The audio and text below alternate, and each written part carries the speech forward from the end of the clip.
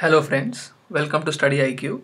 Today we will be discussing environmental conservation, climate change, pollution and waste management. So these topics have been chosen keeping in mind the importance that environment has been getting as against development and how environment and development can be juxtaposed in terms of ushering this new era of sustainable development. Be it the Paris Agreement, be it the Kigali Conference. So there has been a lot of talk, discourse, and debate in terms of how we can place development and environmental conservation or ecological conservation on the same plane and not treat them as two opposites. So on this note, we do expect a question on these topics. So this particular video will cover points that will give you an edge over conventional readers and writers. So I've tried to cover a lot of points and a lot of perspectives which are very well read and well researched, but not really featuring in the media per se. So let's move on. First, let's do forests. Because forest is not just trees but an ecosystem as such. So that supports thousands of life forms, including us humans. So for us human beings to live, forests are an essential part. Be it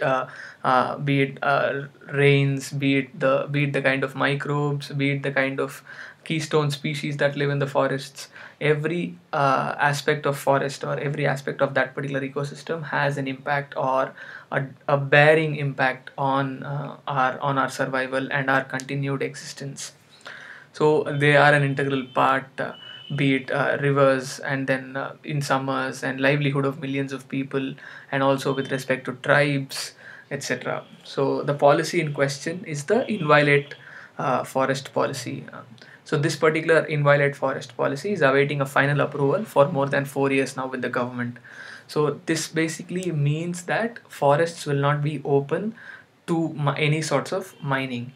So this is not a new policy as such. This is an extension to the go no go policy, which was initiated back in 2011 under the then environment minister Jairam Ramesh. At that point of time, the go no go policy was only for coal mining, so protection of forests from coal mining. But the current policy, inviolate policy, is for all sorts of mining.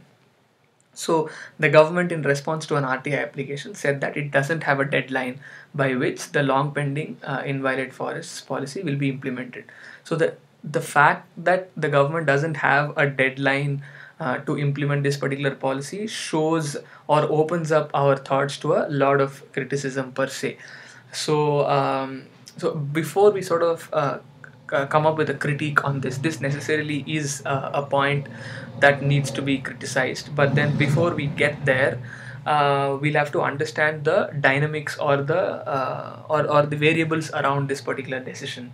So first, before we start, we'll have to understand that energy is vital for us to grow, and considering the population and the aspirations of the population and the size of our population, energy is vital. And then the kind of mandate that this government got is partly because of the promises of development that the government has, that the candidates have made. So on that note, energy, one of the primal sources of energy in India or in developing countries is coal or the non-renewable energy sources, or even the conventional energy sources, be it coal, petroleum, natural gas, hydrocarbon extraction, etc. So most of this involves, or even hydroelectricity for that matter, most of this involves a lot of damage or a lot of interference with the way forests have been existing for a long time now, be it open mining, be it river linking, or a lot of such aspects. So moving on, documents accessed through RTI show that the coal ministry repeatedly asked for dilution of inviolate forest area parameters, and in several cases the environment ministry relented. So why is the coal ministry asking? So again, like I told you, energy is really important for us to grow, and if that is the case, um, and when environment ministry is trying to regulations on the way coal mining will be done here on this, that is seen as an impediment towards development in the conventional sense.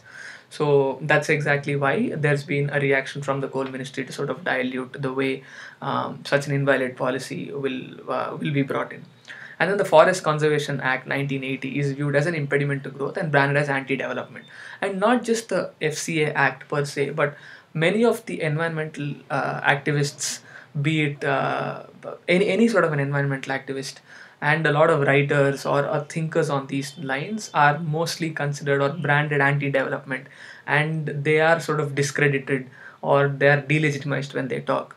So before we sort of get there, we'll also have to understand that well, they have their own points with respect to the sustainability aspect, keeping the environment unchanged or least amounts of interference with the environment has proven to be really beneficial to the human existence in the long run. But having said that, the political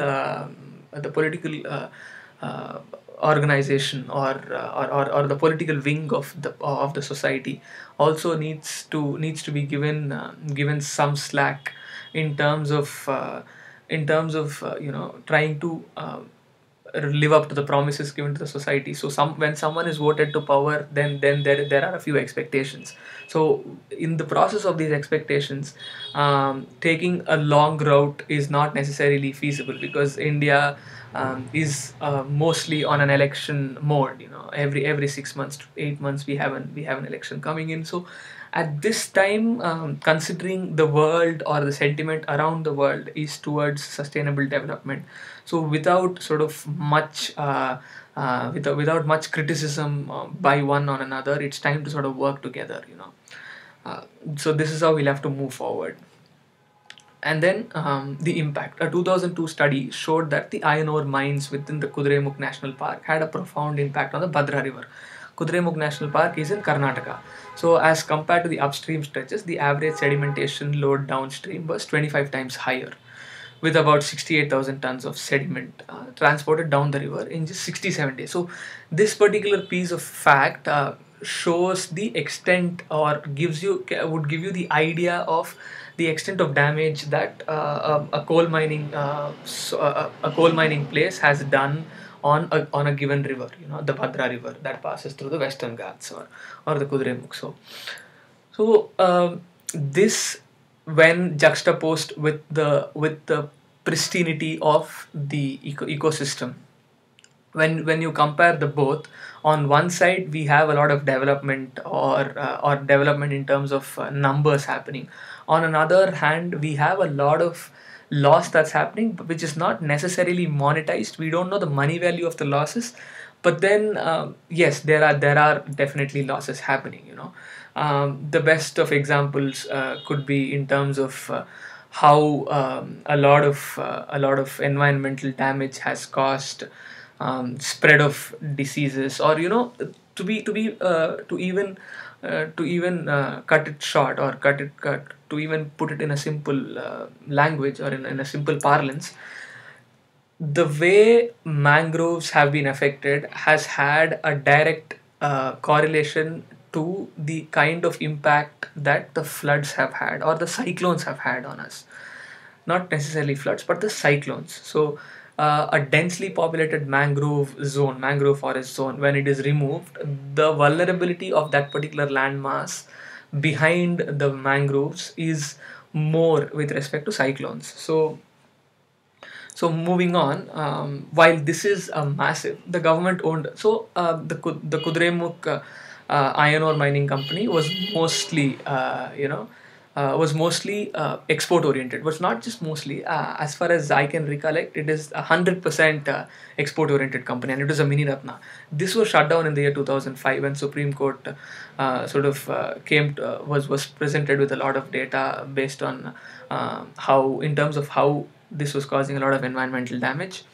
And then a recent study from Meghalaya found that acid drainage from coal mines has wiped off fish population in sections of river Simsag, and affecting downstream ecology and fishing communities. Now, downstream ecology and fishing communities are something that we can see very conspicuously or very evidently right on the face. But then the deeper impacts are with respect to the ecosystem per se. What if the fish is not there? So fish is the primary level of consumers, and they are primary feed for bigger organisms. So on that note, the very survival of bigger fishes depends on smaller fishes, and the survival of smaller fishes, or the survival of plants, depend on smaller fishes, because fishes take in the plants and then give out waste, and then plants make food again. So when there is a break in this particular cycle, the chance of eutrophication, or the very eutrophication could be, in simple terms, put in as the rotting of an ecosystem.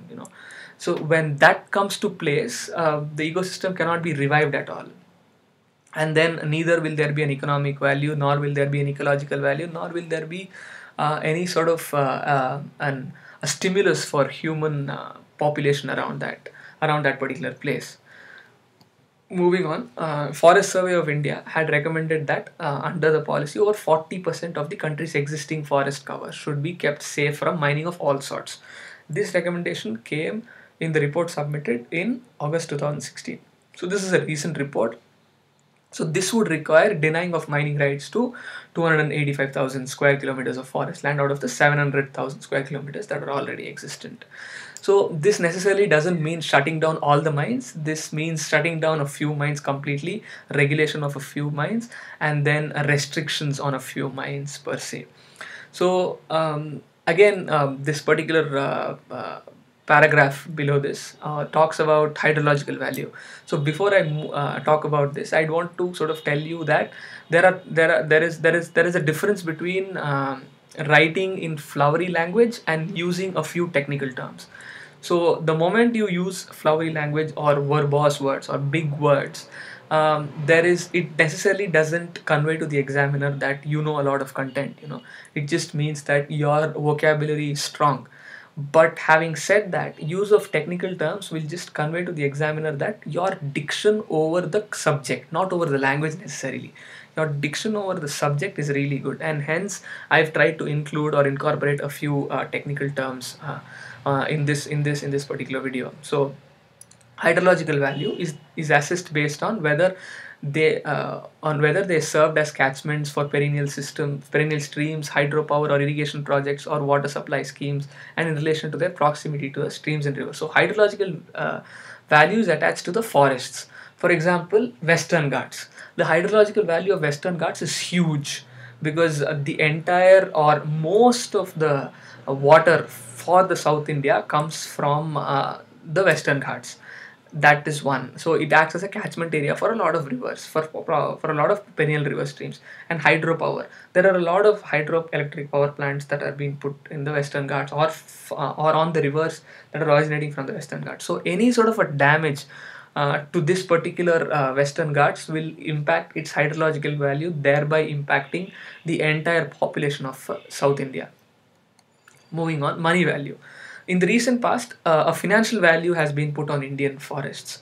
So it was determined to be around 115 lakh crore, or 1.7 trillion US dollars, which is more than the GDP of Russia or Canada, and a little less than a GDP of India, which is pegged at 2.1 trillion US dollars. So the reason why this is done is to bring in some sort of a seriousness in people. So for quite a while, felling of forests, felling of trees, or diverting forest lands to alternate uses wasn't really considered as spending a lot of money, or incurring a lot of losses per se, because there wasn't a monetary value fixed on forests.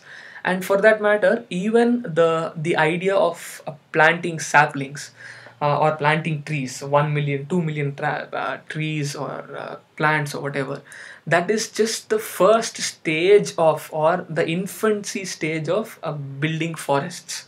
So a forest is not necessarily a bunch of trees. It is a lot of organisms living in interdependence with each other. So for that to happen, a forest will, or a bunch of trees will have to exist and coexist for almost 2 to 3 decades. You know, so considering that, a monetary value was, monetizing the forests was somehow felt really important. Was somehow considered to be important. and then a monetary value has been put to the forests. But then, having said this, this doesn't mean that when you can afford, you just buy forest lands. No, this monetization has been done only to bring in seriousness and not to necessarily commodify forests. Forests are not, or for that matter, many technical experts in this field have time and again reiterated, or for that matter, even policymakers have time and again reiterated that there is no way that forest can be bought or sold. Forest is not a commodity per se. But then but then they have monetized it to make sure there is some sort of seriousness. So moving on, how do we move forward? Again, these are the important points that would form the crux of your essay.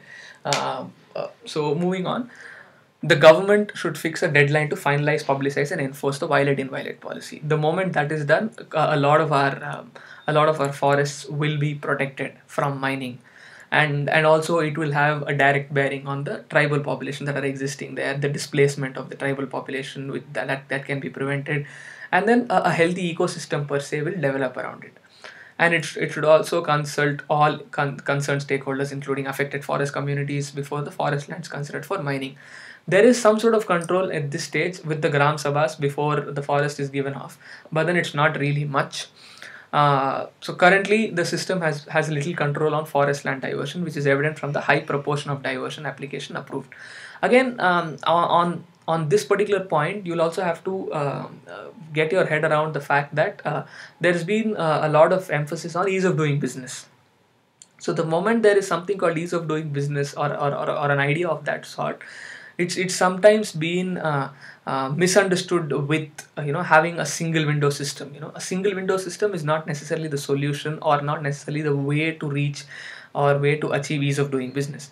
So there can be multiple departments, but still the moment we fix time, and the fixed time for each department, and there are no departmental delays, so that in itself is ease of doing business. Because a lot of European countries or Scandinavian countries, they have different departments, or even if they have a single window clearance, there is a stipulated time given to each department to carry on its research and before granting of licenses, and those countries still manage to stay on top. So necessarily easing out on regulations or on mandatory procedures is not necessarily the way to go forward. Considering India is also a buzzing place for investments, and India has been largely untapped by the West, so we still will hold a lot of value, or we are still an attractive destination for investments. And then there is a need for promoting optimal utilization of forest land. So when I say optimal utilization of forest land, I also sort of am talking about considering the forests, considering the forest land that needs to be exploited as a resource that could be that has some monetary value, and then considering an alternative. So if the next best alternative is a little expensive than this in the short run, that should be considered, because there are a lot of financial mechanisms, and then financial tools through which money can be made from those from the alternatives. But then with respect to forest, though you monetize it, you necessarily can't sort of revive the forest as quickly as you can. And then with respect to promoting optimal utilization, um, all the buffer zones and all such zones in the forests also need to be sort of put into good use in terms of promoting the forest as such. So the core should be promoted, or should be engaged positively through the buffer zones and the intermediate zones. And then in places where there are large scale exploitation already occurred, public private partnership should be established for rehabilitation. So again, the PPP model, understanding the very idea of rehabilitation of wasteland, or letting the land fallow for a while, and then building up amenities there, using that land for maybe science labs, or for maybe labs per se, to understand how the pollution has caused. A lot of study can be done, and these lands can be used based on the damage caused there, as training zones, or many such ideas could sort of come up in the process. And then Indian forests urgently need better protection, assessments, and monitoring to safeguard water, wildlife, and livelihoods. Forest governance must pay attention to the multiple ways in which forests are valuable. So this is one line that I found really interesting, which would make a good concluding sentence. If there is something on forests, and if you want to conclude your essay, so a sentence of this sort will sort of convey to the examiner directly that you have a lot of you have a lot of command, and not necessarily command, but composure over the answer, or composure over the subject. So a biased essay, when I'm saying biased, I'm not necessarily giving it a negative connotation, but then when there is a one-sided essay per se, it doesn't really attract everybody. So what if the examiner thinks otherwise? It will take a lot of time to sort of convince that person with your ideas, no matter how right you are. But then taking a balanced approach, because at the end of it, neither are the industrialists hell bent on destroying forests, nor are the environmental activists hell bent on conserving forests at the cost of industrial development. So at the end of it, both of them want development. Just that there is this idea of sustainability that has sort of crept in, which both of them understand. Even the industrialist would want a market that just never ends, and even a businessman understands that a consumer who lives long, or a long term relationship with the customer, or with the particular society, is really important for him to thrive and for him to sort of grow. So, and then on the other hand, environmental activists understand that, and have also the understanding to with respect to the environment, as to how it is important to sort of impact the perpetual development of the human race, or for example, or for that matter, any given living organism in this particular on this particular planet, on the larger sense. So the idea is to strike a balance between both, keeping in mind the viability in the short, medium, and long terms. So this is how the answer should also sound, or should also look. Moving on, I would want to sort of discuss waste management.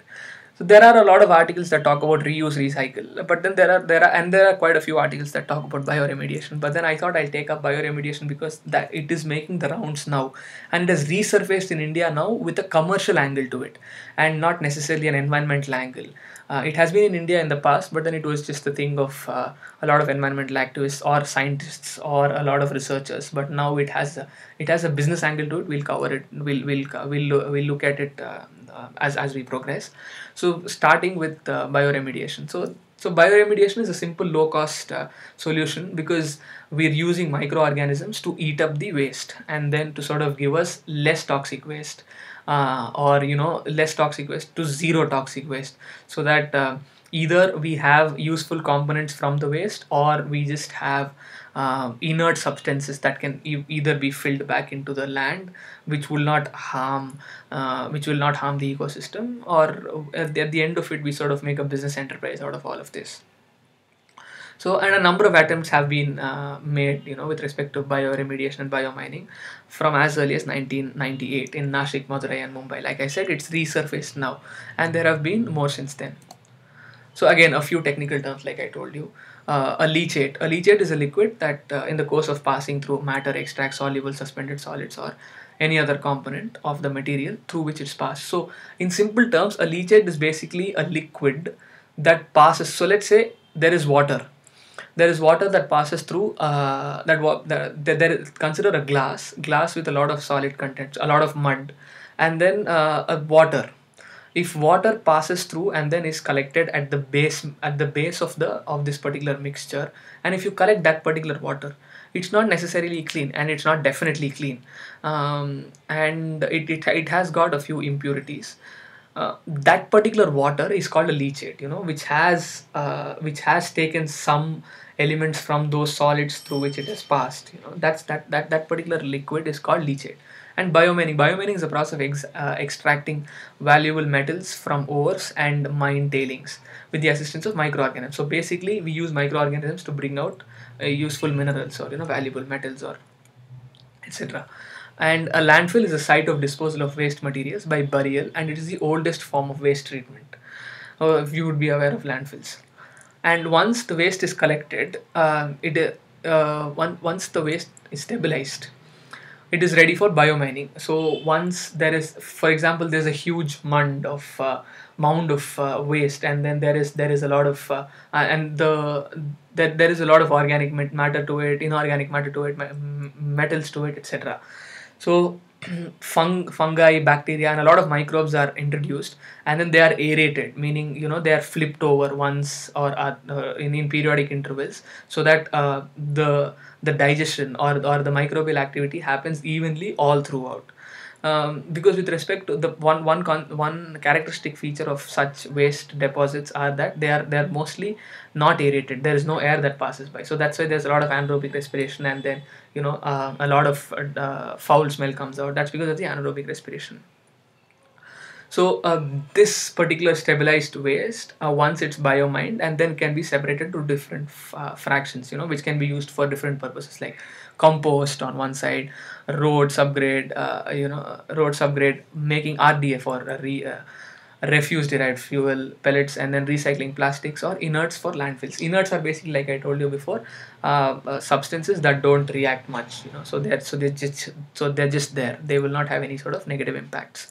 And then it is also very important that alternative technologies, including the simpler and cost effective ones, are carefully evaluated on their merit. So before so I'd also want to talk about how this is useful for us, because um, imagine the kind of waste that we collect every day, and then considering the waste segregation drives that are being conducted, which I'll be discussing in the as the video progresses. uh, Once segregated waste, or even the non-segregated waste, are sort of subjected to bioremediation, and imagine this kind of uh, imagine the kind of compost that we will be obtaining, and all of this can be reused in farms.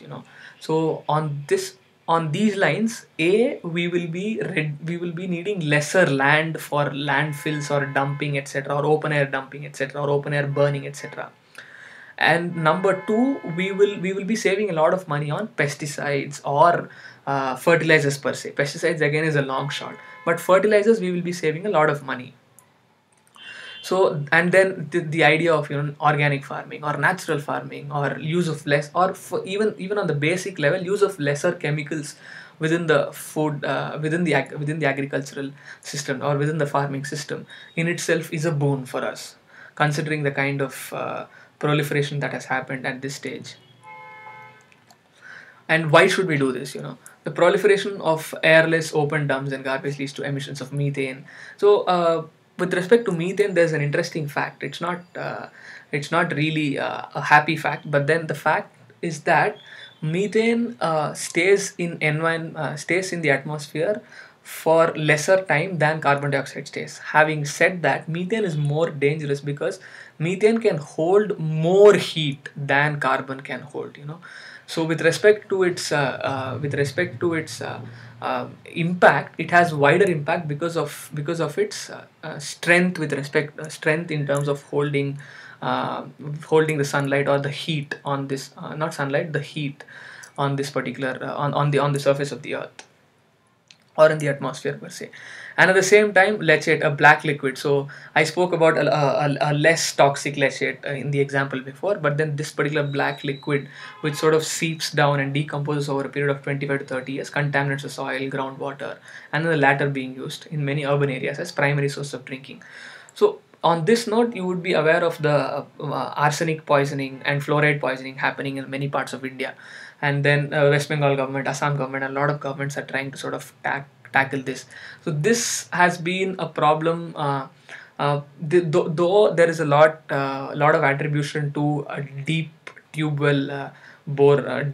wells, but the fact is also that most of it is because of the pollution, or for that matter, even in Kanpur, there's a lot of waste that's been dumped, and then the streams of water that have already been there have been contaminated a lot, and then the water is not useful now.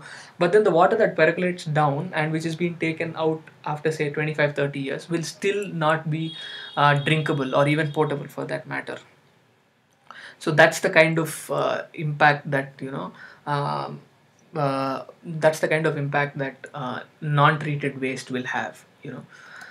And where do we dump? This is just this fact is for you to sort of imagine the kind of place that we would need to dump waste, if we go on this in this fashion. So owing to the poor waste management, we would need a staggering 88 square kilometers of land, for just waste disposal by 2050 through landfilling. So this is the area of New Delhi Municipal Council. So imagine the kind of population that New Delhi is hosting. So the kind of population, so many people have to be displaced just for us to dump waste. So even if we manage to pull out that particular or such or even that kind of space, imagine the kind of impact that it will have on people or on the ecosystem per se, because these cannot be locked. The leaching, for example, or the percolation, it just goes on and on. There are no borders for waste. Even if you dump it and seal it, it still tries to find its way because of the tectonic movements or because of many different geographic processes. So there is a way that it could open up and come out, or so these are the kind of things that we need to think about. And your answers, again, this entire video will sort of give you an idea as to what's happening, so that your points are bang on with respect to the question, and answer the question with a lot of with a lot in detail but in simple terms. you know Moving on, who does it well? So examples from world over: Germany, Austria, and Belgium. Basically, Europe does it really well, and Germany, Austria, and Belgium are the top three performers. So German entrepreneurs have started seeing waste management as a business opportunity, and then therefore their 5,000, their 50,000 garbage dumps have been transformed into incinerators, biological and mechanical waste processing factories, and then 8,800 units producing compost from organic waste. Because their segregation is really good at source itself, so they're able to sort of segregate. So they're able to sort of focus on given on specific waste management techniques. For us, we'll have to start with something like bioremediation and then biomining or segregation, and or we could start by segregating the waste from now on. So the existing dumps could be sort of there could be a lot of effort put in existing dumps, and lesser effort put in from the waste that's for the waste that's been collected from now. And on this note, there is also segregation drive that's been happening, and the leading film actress Shilpa Shetty is also a part of this particular campaign, where she talks about a green garbage can and then a blue garbage can to sort of segregate waste at source, not necessarily at home, but then at the collection point. Which these are all welcome steps in sort of taking in sort of promoting waste management as a business opportunity, because the lesser work that a businessman has, or a business enterprise has, the more will it be sort of inclined towards taking it up. The market always sort of the market mechanisms always sort of think about less amount of work or specific work, even if it's difficult work, specific work, rather than a lot of a comprehensive approach per se, which is mostly done by the governments. Moving on, how have we fared till date? So before we sort of blame the country or blame our administration, I'm trying to sort of give you a picture as to what we've done till date, and so that the criticisms are not necessarily overarching. Instead of saying the government hasn't done anything till date, to sort of see what's done or what's gone wrong. When you pinpoint the specific lacunae in the process of reform, the examiner or your answer will be better. So it was a public interest. It was a PIL in the Supreme Court in 1996 by Almitra Patel that put solid waste management in the agenda of the government. The municipals, and there have been a series of events after that, which then led to the Municipal Solid Waste Rules of 2000, which were notified by the Ministry of Environment and Forests. And then but after that, the problem was the implementation again. The dumps were not necessarily compliant with respect to the rules. They were open dumping, or landfilling was just as reluctant as it was before, on mostly. So, and then in 2016, the solid waste management rules have been brought in again, but then this has a wider ambit, and these provide for collection charges and penalties for on waste generators for non-compliance, and most importantly, unlike the earlier rules, This makes it the duty of every waste generator to segregate wet waste from the dry waste, that is keeping the two kinds of waste unmixed. So, on this note, something like something which is to do with the country's fundamentals will sort of also help you with writing your answers. I've just put in the fundamental duty here, 51 AG of the Constitution, that says, it's a duty to protect and improve natural environment, including forests, lakes, rivers, and wildlife. So a line on this note, because you're also trying to be a part of the government machinery. So the fact that you are well versed with how Indian Constitution is, or how we function on the level of the state, will also sort of give positive vibes about your diction and command over the subject to the examiner. Moving on, we come to the last part of our video. In this, I'd be discussing the means to tackle the growing pollution in the cities. When I talk about pollution, I'm talking about vehicular emissions primarily, because with rapid urbanization in the recent past, and then a lot of development around it, or around cities now of late. Even the Prime Minister of India or anybody in the world are talking about cities being the engines of growth. So at this note, there are a lot of people trying to migrate from the villages to the cities, or there's a lot of crowding, urban agglomerations, or expansion of cities, etc. And on this note, the vehicular emissions or air pollution is also a matter of concern. If you guys can recollect, last year during Diwali, Delhi was literally in a shutdown because of a lot of smoke that's almost covered Delhi atmosphere like a blanket, a blanket of smoke, and then fog, owing to a lot of burning practices in Haryana and the vehicular emission within Delhi itself. So the odd even technique was one of the methods used by the Delhi government, which is experimental. But then here, let's look at a more comprehensive approach. First, the government should move quickly to ensure accurate and real-time reporting of pollution levels in the city.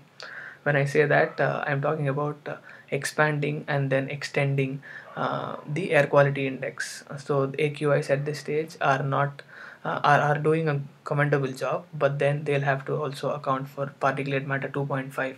There are not many stations. These stations should be installed at as many places as possible to get real-time data, and then to sort of arrive at a arrive at a wholesome picture of how the pollution is at different points of time in the day and through the year, and at different parts of the city or cities.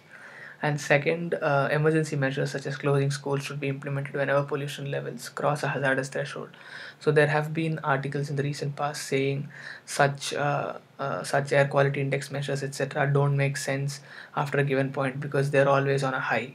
And considering the fact that you can't shut down a city for more than 5 or 6 days, and people end up going to jobs because they can't afford to lose their livelihoods. So on this note, there needs to be a lot of control mechanism, and b the facts and the figures with respect to air quality, etc., need to be a lot more specific, and in a way a little too detailed. And moving on, this will not only protect the most vulnerable children but also raise public awareness about the problem. So this needs to be disseminated to as many people as possible, to sort of bring in a sense of a sense of accountability with respect to emitters, and also the governments per se. Third, particulate matter pollution mask should be supplied free of charge to all traffic police, sanitation workers, rickshaw pullers, auto rickshaw drivers, construction workers, and others who are disproportionately exposed to ambient air pollution, or on arterial roads, where pollution routinely soars off charts. So this is already being done, but then this needs to be expanded and then formalized. So the police department is time and again sort of providing masks to the police people, but then this needs to be formalized and a mechanism needs to be put in place with respect to, and then there needs to be procurement, which is a lot more streamlined, and which sort of changes with respect to the quality of masks available, and then be upgraded timely. And with respect to auto rickshaw drivers, and then rickshaw pullers or construction workers, The farmer should be treated with should be handled through unions, because these people, auto rickshaw drivers and rickshaw pullers don't necessarily have unions, but then auto rickshaw drivers do have unions and stuff. So the government needs to tap in there. And with respect to rickshaw pullers, again, there needs to be uh, some sort of a mechanism to sort of tap in and then provide masks, or even NGOs can be pulled in on this note with respect to provision of masks free of cost. Next, the cities can set stringent emission standards for trucks entering the city. Those that fail to comply can be required to transfer their loads to trucks that do. And this is a problem with big cities per se, because there's a lot of agricultural produce that comes from the peripheral areas of, be it rural or semi-urban, etc. For cities like Chennai or Bombay, or even for that matter Delhi, there is a lot of agricultural produce that comes via trucks. So controlling, and then also a construction material that comes through trucks, so like sand or bricks, etc. So controlling the emission standards on that note, with respect to not allowing the trucks that don't have compliance, for owing on the lines of safety standards or pollution levels, they need to be kept out. So this initially will draw a lot of flack from the truck owners, or the truck driving unions, etc. But then in the long, but with some public support and public awareness, this should be sort of tackled, and then there should be such protests should be sort of sustained, or in a way diluted, to make sure air quality is still maintained, you know and then fifth, the misguided national subsidy on diesel, a subsidy intended to benefit the poor. Again, this again has been benefiting only the lorry drivers or automobile owners, etc. And if we also sort of come to look at the prices of products, diesel cars or diesel engines are costlier than petrol cars. And now, considering there's a lot of CNG proliferation in big cities, I think diesel cars should diesel subsidy on diesel should be sort of increased, should be taken away. Subsidy should not be there, and the diesel prices should be increased commensurate to the kind of pollution that it gives out. The ones that anyway again are able to afford will afford the extra price, but then with keeping in mind the pollution potential of diesel, the phase out of subsidy needs to happen soon.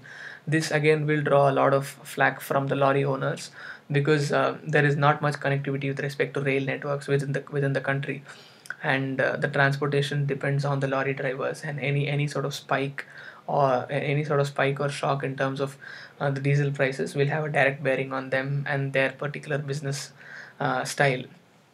But considering we are coming up with measures like Sagarmala project, and then Bharatmala project. Bharatmala is again roads, but then Sagarmala project, which talks about inland waterways, etc. And also alternative fuel based trucks need to be promoted by giving subsidies to the owners, etc. And sixth, the government should begin a fundamental reorientation of transport infrastructure investments that moves away from private automobiles towards pedestrians, bicycles, e-rickshaws, as well as buses. So this again is a long term aspiration. But having said that, the buses in Delhi are, based on the NGT tribunal, are CNG driven, and there are also hydrogen driven buses in the world that can be sort of the technology of which can be tested. They are almost zero emissions, etc. And then e-rickshaws and bicycles and pedestrians, there needs to be a lot of road discipline on that matter, and then even structuring of the roads. Not I mean, the roads that are already laid need to be structured in terms of being pedestrian friendly, because we see a lot of street hawkers on the streets. We'll have to find them alternatives. Implementation of street vendors act also plays a role there, and then sort of giving them designated spaces, and then making the pedestrian footpaths usable, pavements usable, and then giving separate lanes for buses, cycles, etc. On this note, London could be used as an example because London also has smaller roads, or narrower roads as compared to as compared to any sort of a city in the US, which are characterized by wide roads. So if we were to take the example of London to sort of understand the city and then diversion of traffic, for that we also need to develop a rapid transport system. Not all cities in India are metro friendly, so bus rapid transport system like that of Bogota, or even Curti bus transport in Brazil.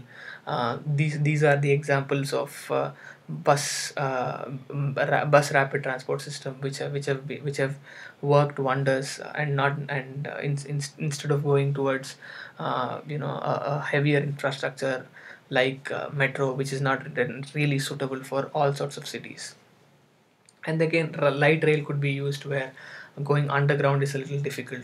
On that note, again, London could be a good example that can be cited, which has light railways, which also has underground and also has a good and a connected bus network system, which necessarily reduces which has a direct bearing on the reduced traffic that is on the roads, in spite of and then is able to accommodate and is able to accommodate all sorts of citizens or residents within the given infrastructure available in the city, instead of going for expansions, etc. Now, where do we get the money from? So again, I've drawn an example from Singapore. The Singapore government have do cap private automobile licenses. So they do it. So they charge the automobile owners some money, and then a part of that money is given back to the people, and then a part of it is used to improve the public transport infrastructure. So this is the basic way in which Singapore operates. So if we were to go in detail, um, so that there has been an example provided. There has been an example provided with respect to Delhi. If let's say Delhi caps the number of license plates in 2020 at around 15 lakhs or 1.5 million and auctions them off. So this auction amount will be demand based. So if we are letting 15 lakhs or more number of license plates, then the amount will relatively be less. So let's say 12 lakhs over a 10-year period. So which is around $20,000. Singapore was collecting somewhere around, which is about one third of Singapore. Singapore was collecting somewhere around $60,000. So the total revenue will be 30 billion US dollars over 10-year license life, which will be 3 billion or 18,000 crore per year. So 18,000 crore per year is what we will be receiving. So if the cap is ratcheted down over a period of time, so if we are able to sort of ramp up the public infrastructure or the transport infrastructure, we can sort of reduce the number of licenses to, let's say, in this example, 5 lakh cars from 15 lakh, and then this sort of pushes, like I said, it's based on demand. So more is demanded at a lesser price, and less is demanded at more price. So on this note, 5 lakh cars at around 36 lakhs, at the Singapore level, $60,000, the amount of revenue would be the same. So if let's say two-thirds of this revenue, or out of 18,000 crore, if 12,000 crore is to be given to Delhi residents, that would amount to almost 4,800 per person per year, and which means 24,000 rupees per year for a family of five, for a projected 2020 population of 25 million. 25 million, enough to win a strong backing from public. So this essentially sort of reinstates any party, in power, back in power, and this will sort of insulate them from giving into small protests by, let's say, lorry owners or truck owners, etc., and then who always come with a with a threat of affecting the polls in a way, in adversarial ways. So payments could be made again directly into electronic accounts through Aadhaar card. Now, considering the Aadhaar proliferation has happened a lot, Aadhaar cards could be used to sort of transfer money to people. And the other one third, so 12,000 crores is being given to people, and the other 6,000 crore, if it's used per year, to were devoted to infrastructure. This would increase the city's transportation budget by around 150 percentage, accelerating development of alternative transportation that must accompany less reliance on automobile.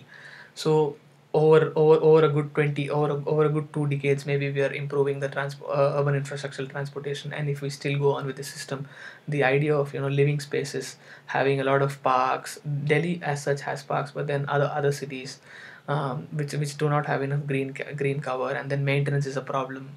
All of these needs can be taken care of, and for cities like Delhi, they can be, a different kind of urban lifestyle. For example, libraries within the city, and then amenities for stray animals, etc. So this is the kind of city that you can imagine over a period of time.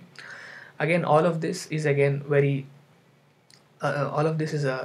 part of a rosy picture per se, but I've tried to sort of stick to I've tried to stick to sensible points in terms of work, being able to sort of in being able to be presented, or in an implementable fashion. This has happened in a city like Singapore, or a country like Singapore.